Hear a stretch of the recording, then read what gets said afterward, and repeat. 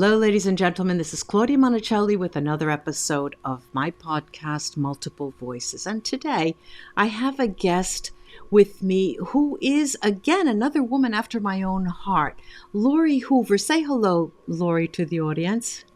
Hi, everybody. She's talking to us today from Missouri. And we were just talking about the weather, the relative weather there, here.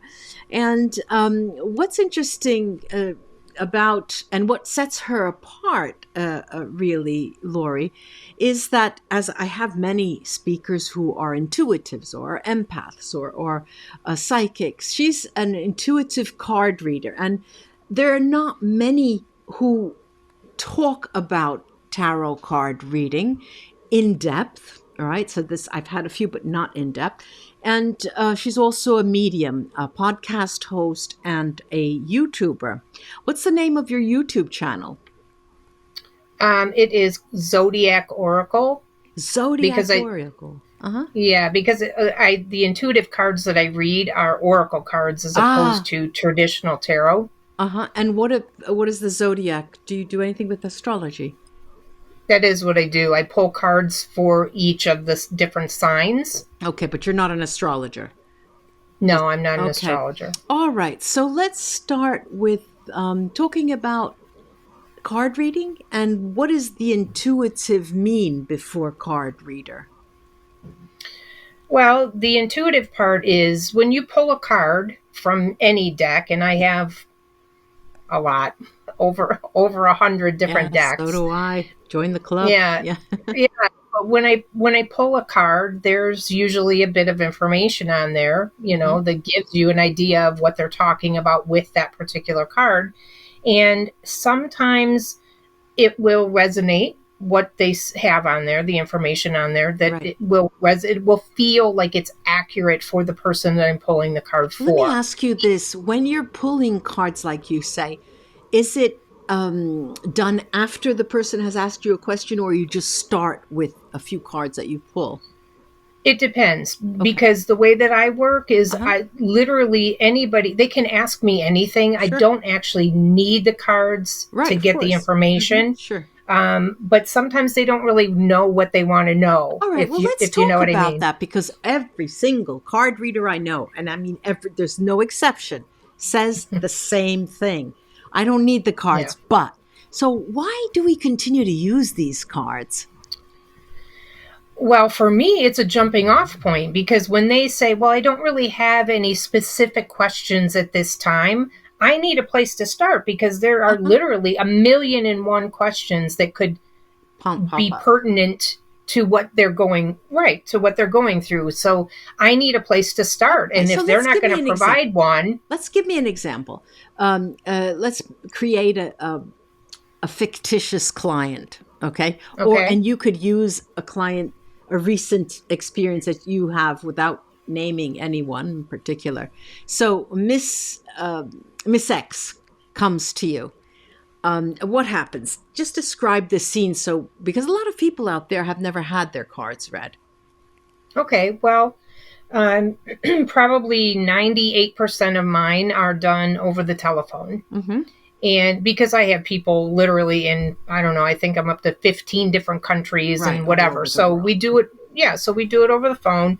And I have like 16 specific decks that I tend to go to almost all the time. Right. So I keep those in a little case right next to me here. Right. And so I'll pull those out, and then I'll tell them, if you have specific questions that you want answered, go ahead and ask them, and then I'll tell you what I receive intuitively. Right. And so 99% of the time, Claudia, there is something that they actually do want to know. They just aren't willing to put it out there. Well, right. Or they don't want the answer. I think that there's a little, there are three reasons, right? One, I get the impression that they're testing us. Let me see if she knows. That's one. And then the other is, I don't want to ask because I don't want to know. And then the third one, I think that they're sort of afraid of what will come up, Sure. They need to know what they, they know the answer in part. Yes. So go ahead in your sitting, your spreading for this person. Yeah. So the sitter's there, and I tell her, that she can ask me whatever she wants to ask me, and she says, well, why don't we just start with cards? Okay. And so so I will let my guides tell me which deck to start with. Right. And then I just pull that, and I shuffle, and I pull out a card, and I say, okay, so here's the intuitive portion of it. Let's just say that the card says, yesterday I do a card a day on my Facebook on your page. YouTube. Mm-hmm. Yeah, well, on my Facebook, actually. And so yesterday's card was focus. Okay. The oracle cards. Mm-hmm. Right. So what they were talking about with that card was they actually wanted everybody to zero in on one specific thing instead of trying to manifest like a bigger picture scenario. Actually, just pick one piece of that and put your focus on that. And so the word focus was just that, the word focus. The rest of it, the deeper meaning that they were trying to get to with the gist of the card came intuitively. So then I would just say, okay, so there's something that your energy is scattered. They want you to kind of reel it in, and I literally posted this, reel it in and pull yourself together. Yeah. And, but literally, energetically speaking, pull yourself together and give your focus to just the one thing. And then, oftentimes they'll show me, I'll have a feeling that they're referring to something for the sitter that is to do with career or romance or something, Okay. And so in this, that's a brief moment, right? So that's just the beginning. In Italian, we say the dance floor is open, people start coming to the dance. Now, in this case, usually how does a client, I'll call them a client, react when the message comes out and it's fairly specific, but not too specific? What is the typical reaction? Or do you have a wide range of Claudia, there's a huge yes, that range is very, very come on, broad. Give us some examples. Come on. I mean, I've had some people where, so I read for a doctor, her name is Sunny, her nickname is Sunny. I read for her, and it was so specific that it was something that she had never even, I don't think she had ever even mentioned it to another soul. It was something that she had just been focusing on herself. Right. That it was something she had put a long time ago. And all of a sudden, it was, just the way that it was the verbiage that my guides used. Right.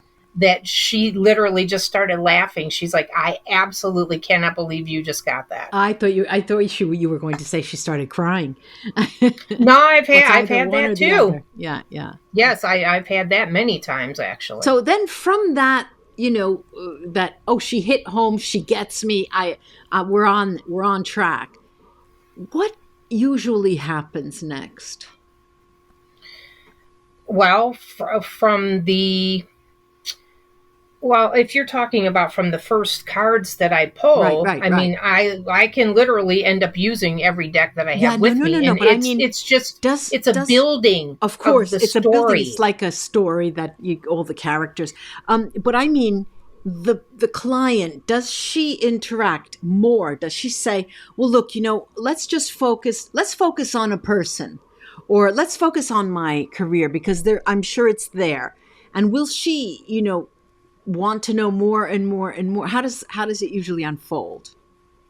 I'm going to be honest. Typically, at least the ones that I work with, they do not actually say, let's go in this direction. They just want me to continue and see what comes up, because I don't do just like just a love reading or a career reading. It is across the board. And so I'll get bits and pieces coming up for every area of their life. And then it just, it is like a story unfolding. Yeah. And don't you love when they ask a question and the cards don't want to talk about that? They give you another answer for about something else.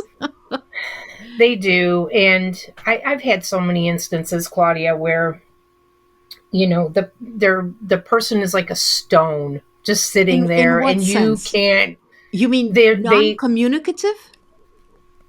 Non-communicative. There's nothing on their face. Nothing gives anything away. There's no energetic difficult interaction. It's very difficult. And people, I call it stump the psychic, because that really is people they just don't want to give anything. Yeah. And it is very hard to read somebody when they're looking at you. Times. Because you can see it on their face that they're like, oh, this is bullshit. Whether this is in Zoom or in person, I cannot stay in front of a stone-faced person, I will then end up saying, does this resonate with you? Because, I'm going in a direction, because otherwise there's, you come to me because you want to talk about meat and potatoes, and I start talking about fish.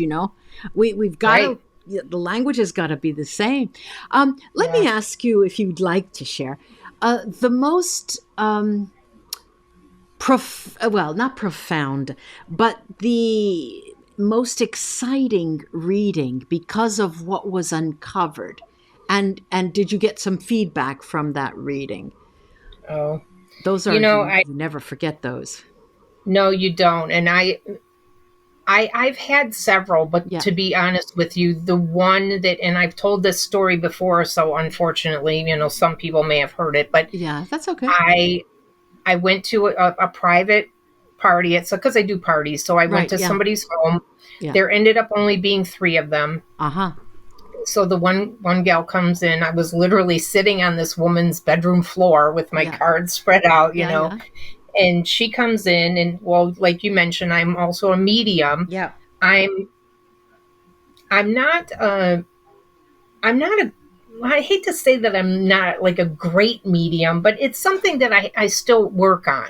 Okay. My connection. So it's okay. Sure. Yeah. So this, she sits down and I'm doing my thing and, pulling the cards and everything. And it's, whatever. I was just doing the reading. Well, then, so then there's her dad comes through. Right. Who's not in the room. So he's not alive. Correct. Mm-hmm. Correct. He is not alive. So I'm very delicate. Delicate having situation. This conversation. Mm-hmm. Well, it's so far, it was so much more than that. But as I'm communicating with the father and telling her what he's saying, there's a gentleman off to the side. Another person who's not alive. Correct. A spirit. Correct. Huh? And he was just standing there. He was just waiting. He was actually respectfully giving the father the opportunity to speak first. Right. So as soon as the dad departs, then this man moves in literally right next to her. Right. And all of a sudden, my head starts pounding. Oh, I know. I mean, just pounding. I know. It's terrible. Mm-hmm. But I said, so I asked her, I said, told her this man just came in, and I said, and all of a sudden my head is just killing me. I said, did he pass from some trauma to the head? Mm-hmm. She couldn't even speak. She literally just nodded her head. Yeah, I know. Then then he goes like this. Suicide. And so I mimicked what he did, and I said, "Oh my God, did he actually?" And she said yes. And then what ensued after that was crazy, Claudia. I've never had anything like it. I mean, it's crazy in the sense of how the woman reacted, or all of not just how she responded to what was coming through, but my own connection to this man, that he actually made me feel all of what he was feeling. I know. So people don't understand. It's so difficult. It's a difficult process. It certainly can be. I mean, but that was like the first thing was like, he was just so, I had the word and then it just went right out of my head, but remorseful.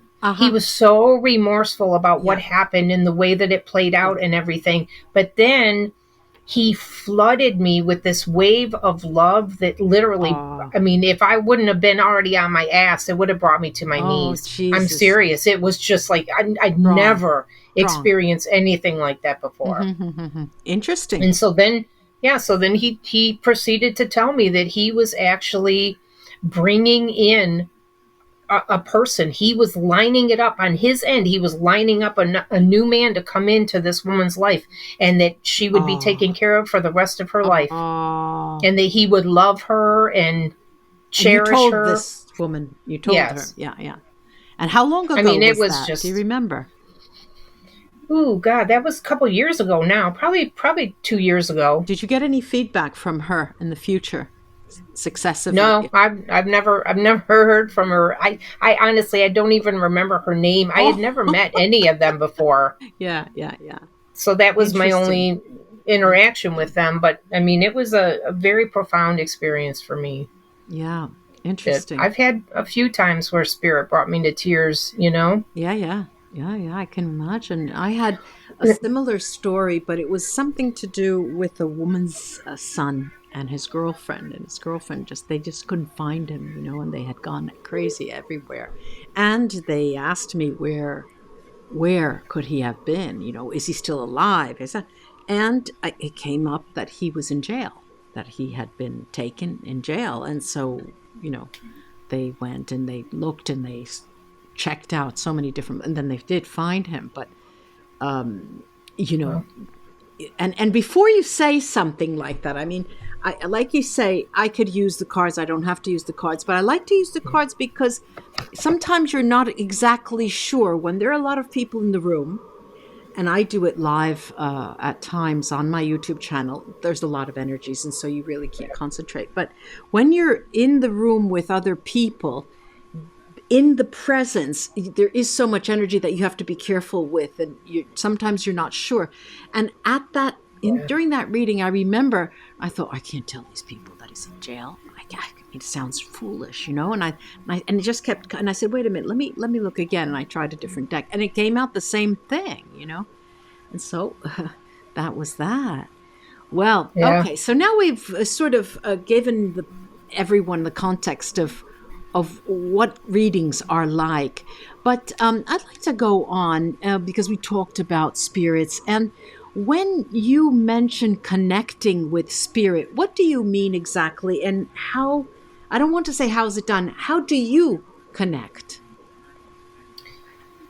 Well, I have multiple clairs that are in play. Okay, explain that a little, because we have listeners who are not all second language English. So when you say clairs, what do you mean? Clairvoyance, clairvoyant. I am clairvoyant, clairaudient, clairsentient, so I can see them, hear them, feel them. Right. When it first started, when I know that somebody's in the room, I actually feel like somebody has their hand pressed against my back. Yes, I feel yeah, but it's very warm. There's this heat sensation between my shoulder blades and my back, and so that was initially, but now it's just, you know, I kind of get this sort of tingly thing. You know, it's evolved. Yeah. And so I just communicate with them that. But when you, just let me interrupt you a second. When you say connecting with spirit, do you mean in the sense of how you connect with the divine when you want to start an ongoing dialogue, or how you as a medium connect with spirit when you're doing your work? Yes, that was how I connect to a spirit as a medium, because my connection to the divine is ongoing. It's just a wide open channel, you know. Yeah. Once you start. So but so connecting with the spirit in that way, and oftentimes they'll come through and I'm not even with anybody or whatever. But I'll, like, you know, see somebody in my mind's eye or something like that, and I'll hear things. They'll say just certain words or whatever. Yeah. Okay. So I have a spiritual discussion meetup group that I attend twice a month. Okay. And it just happened. With real people. Yes. In person. And I'm actually one of, in person. It's in person. Yep. And I'm one of the founders of the group, although someone else has taken it over, but I still participate. So we've been together about 5.5 years now. Good. And so we'd start with a 10-minute meditation. And so I'm sitting there, and there was all of a sudden this man came in. Through my mind's eye, I saw this man who appeared to be about 5'7". Yeah. He was like, had a full beard. Yeah. It was very full but trim. And then I just kept getting a J, like a John, James, something. Well, then all of a sudden they put Joy to the World in my head. The opening line of that song is Jeremiah was a bullfrog. Right, Jeremiah. Yeah. So that's what they do. They use references that I would know. Symbolic references. You know, So this was Jeremiah coming through. And the funny thing was, I didn't get a sense that he was there for anybody in particular, just that he kind of hangs out in the building. Yeah. Okay. So, yeah. Do you think that he was an earthbound soul or a... No, it's just a guide, spirit. Okay. Yeah. I don't really know how that whole earthbound thing works, or if that's even a thing. I know that their energies can linger in certain places, but I don't necessarily think that they're bound there. Yeah. But I don't know. They are earthbound, and they usually bind to someone, and it's usually a relative. And what it usually is caused by is either because their death is very traumatic, or they were not ready because they had a contract with their wife or something, and so they linger on, and try to not attach literally, but in the midst of a soul, an incarnated soul like we are, who would be able to help them, they think. Okay, so this is so we have Jeremiah. All right, we've got Jeremiah. Yeah. And so what happens every month when you come together with the group? What usually do you do? We have a topic of discussion, and we literally just have a discussion. So a few months back, we learned remote viewing. We actually brought in a guest to teach remote viewing. So he came in for 3 consecutive meetings. So, yeah, that was good. It was interesting, too. Can you tell us what remote viewing is, in your words?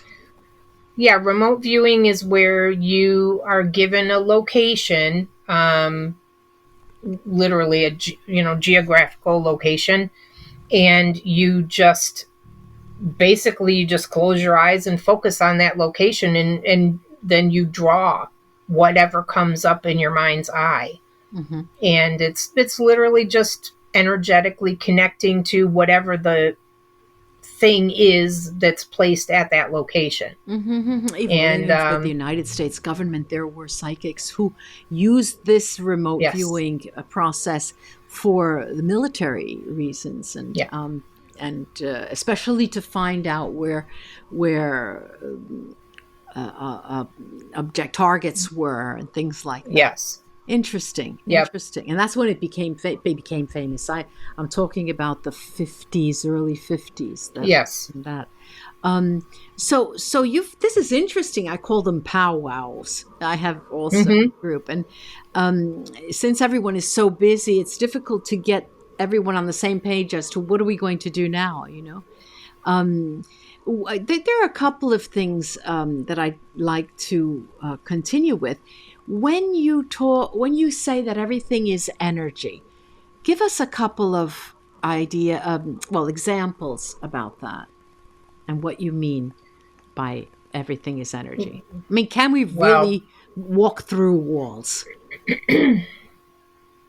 Well, I don't know about that. I mean, so scientifically, everything literally is energy. Yeah. It's all energy. It is simply vibrating at different speeds. Right. So the lower the frequency, the more dense it is. Right. So chair that you're sitting on, the desk in front of you, whatever. Now spirit vibrates really, really high. And so that's why, Well, wait a minute. Now, there are spirits who that are not in the light, and so their vibration is at a very lower rate. I mean, this is what here we're of course talking in the abstract, so I can't say I'm right, you're wrong, but this is the way I depict I've encountered some of those, yes. Yeah. But typically, typically it is sort of a, hierarchical. I mean, for lack of a better term, yes. Yeah. So everything vibrates, and like attracts like.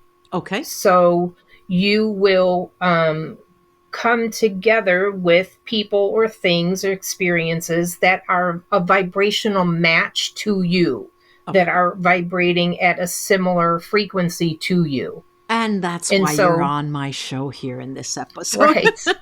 Yes. Yes. And so if you're trying to, let's just say that you're experiencing some things that are less than pleasant. Yeah. It is, it would behoove you to raise your own vibration so that you can attract higher vibrational. Now, that's an interesting topic. Many people ask me, how can I raise my vibrational rate? Well, the first and foremost for me, it is policing your thoughts. Okay. Pay attention to what you're thinking about, and what are you focusing on? Are you focusing on, the person that comes in and he walks into the office and he's bitching about his drive into work, and then you're participating in conversations like that about how stupid everybody is or whatever? Or are you, focusing on, the joy that your cats bring you, or you know what I mean? It's your focus. If you're focusing on the crap, you're going to draw more of that to you, and you're going to unfortunately stay in that muck. But if you shift your focus to the better stuff, find things to be grateful for, love yourself, you will raise your vibration, and what you attract to you will be better quality, I guess, is the best way to put it. As you were talking, you made me think of a very dear high school friend, my favorite friend. She, a couple of years ago, I was staying with her in New Jersey, and she had her breast cancer had returned after 15 years. And so we were spending some time together because I was taking her to all the examinations. And there was a lot of news. I'm not sure. I don't remember if it were the elections. It was the elections, of course, then. And she said, she was looking and she's looking, oh, look at that guy. I mean, how could it? And she was going on. She said, of course, the cancer's back. Look at the stuff I'm watching. I had to say that's all she watched. That's all she watched was the news. All she watched, Yeah, poor thing. I haven't watched the news since 2006. Yeah, well, because it does not serve me well to do that. Well, it raises my blood pressure, and you can pick and choose. I mean, there's a nude feed. Yeah, nude feed. Well, there you go, Claudia. That was my head. That'll raise your vibration. My news feed, of course, I put literally what I want to read, so it's easy. Yes. Okay, so now when we're talking about energy, and that brings us to the topic of the interconnectedness of everyone. We are all one. We hear that all the time, and when we talk about energy, we can almost understand this concept. Can you talk about that a little bit, because it's harrowing and it's difficult to wrap our mind around that? It really is. And honestly, I think that the easiest way to give an image to that is if you could picture what I would commonly refer to as our source. Uh-huh. If you could picture this like the Big Bang, right? If you could picture this one thing that was in and of itself everything all at once, unable to actually experience what that feels like because it's already everything at once. So it decides to burst into bits, if you will. And here we are, these, what my brother likes to call God shards, we're just these God shards. Yeah, it's a nice way of putting it, actually. Just, kind of burst apart, and we became these individuals that are still a part of the whole. And because it's like a holographic type thing where, we still include all of it.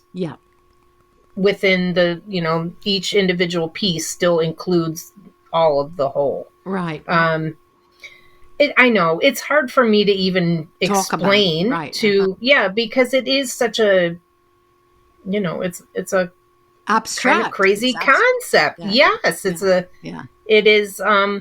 But I think that's, you can feel that. You can feel the connection when you meet somebody. It's like, God, I've known this person before. You you never met in this lifetime. But there, this is, that's a soul sister. That you've met. This is, I don't know. There's just a knowingness to it. We all know, we that work in the field, we all know that everyone really is psychic. And when you say we need to build trust in our own tuition, let's sort of talk about that and motivate listeners to try to have more trust in what they feel. I often say in your gut, but in your heart, in your gut. And if you were, let's say you were giving a course on how to become an intuitive psychic or a psychic, how would you introduce them to them slowly? Well, first I would give some examples of ways that they've already experienced that. Like, say they're driving along the road and something tells them, don't go that way. Right. Your GPS says to turn right, but you're getting a big, strong, no, turn left instead, or go straight, or whatever. That's your intuition kicking in, and there's a reason for that. And then what happens is later in the afternoon, they find out there was a horrible accident there. Yeah, I know. It's terrible. Almost it is, but that is the way that works. And it is your inner guidance system, so I would give examples like that, but then I would actually give them little things that they can try on their own. So, and this is to show them not only are they psychic, intuitive, but to also teach them about the law of attraction. Right. How the like attracts like. And let's just say, I would have them do a money thing. What do you mean? Well, for 30 days, I want them to increase their income. Right. Let's just say that. Okay. So for 30 days, anytime they have any dealings with money whatsoever, whether it's paying for groceries or putting gas in their car, or receiving their paycheck, so whether it's going out or coming in, or even they find a quarter on the ground. Yeah. You pick it up and you say, I love money and money loves me. And I'm telling you, Claudia, I actually did that. If I was a rich man. Well, the thing about that is it's difficult for a lot of people to do because they have these preconceived notions, especially religious crap. Yeah. That money's the root of all evil and blah, blah, blah. It is not. Money is just another form of energetic exchange. It's also a form of love, and it's an energetic exchange. Yes. And as such, we need to know about it, of course. Yeah. Yes, absolutely. So I would have them do that for 30 days. Anytime anything has any dealings to do with money. I would have them say that. I love money and money loves me. They should journal. And then see what happens. Yes, absolutely write it down. Because when I did that, and I did it just for the fun of it. Right. I literally quadrupled my income in that month. That month. Quadrupled. Yeah, it was crazy. So that type of thing, so that you get to understand that, nothing is inherently good or bad. Right. It is just all energy. Right. And that you can attract something to you by having gratitude for it. Right. Right? Exactly. Yeah, yeah. So, well, thank you with this last message. I think I'm going to end with that beautiful message.